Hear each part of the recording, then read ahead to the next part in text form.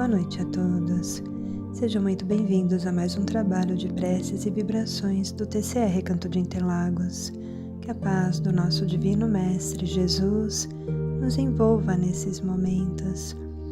Eu os convido a pegarem um copo ou garrafa com água para que sejam fluidificadas pela equipe espiritual, colocando o remédio, o lenitivo necessário para cada um de nós.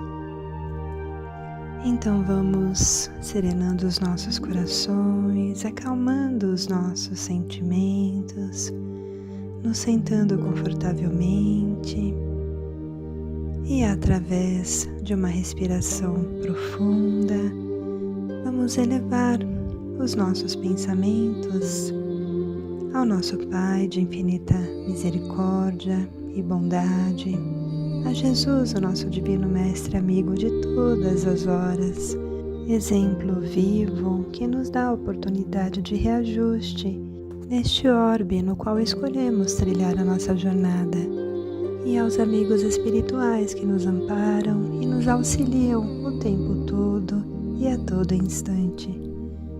Então, neste momento, com a alma serena, vamos nos deixar envolver por toda a harmonia e equilíbrio, para que possamos abrir os nossos corações e compreender o que a espiritualidade maior tem a nos oferecer através dos passos do nosso Mestre Jesus. Que possamos aumentar a nossa esperança, aumentar a nossa fé e fortalecer os nossos passos, para que possamos ascender, galgar muitos degraus rumo à nossa jornada e felicidade eterna. É com a alma expandida que nós nos colocamos à disposição para a compreensão do que os amigos de luz têm a nos oferecer. Que assim seja, graças a Deus. E hoje eu vou ler Causas Atuais das Aflições, que está no Evangelho segundo o Espiritismo. As vicissitudes da vida são de duas espécies, ou se quisermos, têm duas origens bem diversas, que importa distinguir.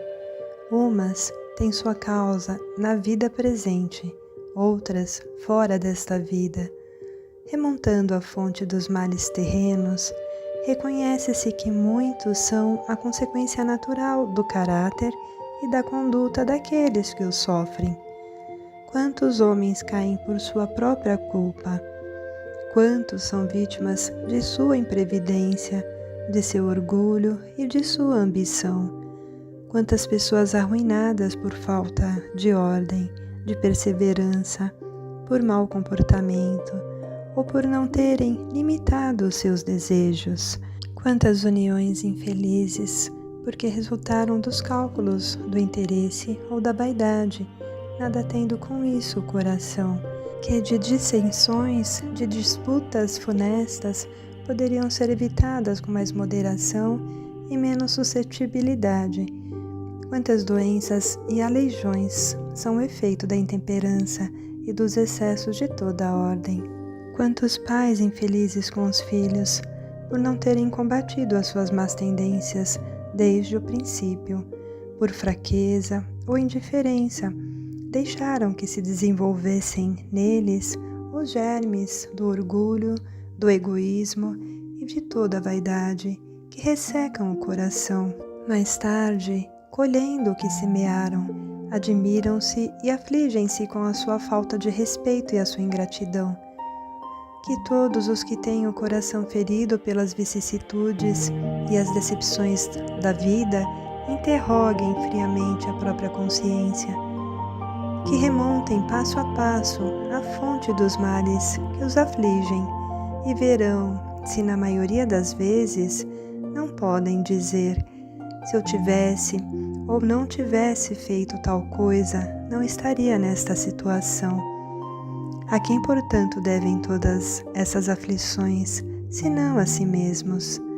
O homem é, assim, num grande número de casos, o autor de seus próprios infortúnios, mas, em vez de reconhecê-lo, acha mais simples e menos humilhante para sua vaidade acusar a sorte, a providência, a falta de oportunidade, sua má estrela, enquanto na verdade sua má estrela é a sua própria incúria. Os males dessa espécie constituem seguramente um número considerável das vicissitudes da vida.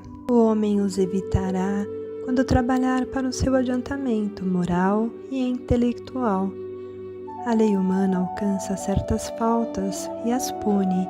O condenado pode então dizer que sofreu a consequência do que praticou, mas a lei não alcança nem pode alcançar a todas as faltas.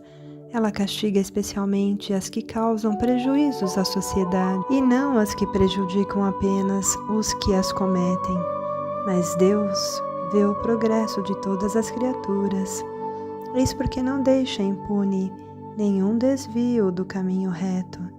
Não há uma só falta, por mais leve que seja, uma única infração à sua lei que não tenha consequências forçosas e inevitáveis, mais ou menos desagradáveis, donde se segue que nas pequenas como nas grandes coisas o homem é sempre punido naquilo em que pecou. Os sofrimentos consequentes são então uma advertência de que ele andou mal. Dão-lhe a experiência e o fazem sentir a diferença entre o bem e o mal, bem como a necessidade de se melhorar para evitar no futuro o que já foi para ele uma causa de mágoas. Sem isso, ele não teria nenhum motivo para se emendar e, confiante na impunidade, retardaria o seu adiantamento e, portanto, a sua felicidade futura. Mas a experiência chega, algumas vezes um pouco tarde, e quando a vida já foi desperdiçada e perturbada, gastas as forças, e o mal é irremediável.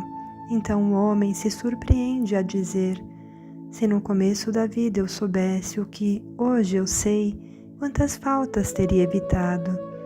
Se tivesse de recomeçar, eu me portaria de maneira inteiramente outra, mas já não há mais tempo. Como o trabalhador preguiçoso que diz: perdi o meu dia, ele também diz: perdi a minha vida. Mas assim como para o trabalhador, o sol nasce no dia seguinte e começa uma nova jornada em que pode recuperar todo o tempo perdido. Para ele também brilhará o sol de uma vida nova após a noite do túmulo, e na qual poderá aproveitar a experiência do passado e pôr em execução suas boas resoluções para o futuro. Então, como vimos, o Espiritismo nos ensina que são de duas origens as causas dos sofrimentos do viver na Terra, umas da vida atual e outra das vidas anteriores, provocada sempre, porém, por quem sofre as consequências. Necessário o uso do raciocínio em quaisquer situações, para que os sentimentos, pensamentos e ações não tragam efeitos desagradáveis e dolorosos, e para isso é preciso querer modificar-se no esforço da autoanálise constante e no esforço de convivência no dia a dia, sem pressa de perfeição, mas sempre perseverando no bem, fé e equilíbrio em todas as direções.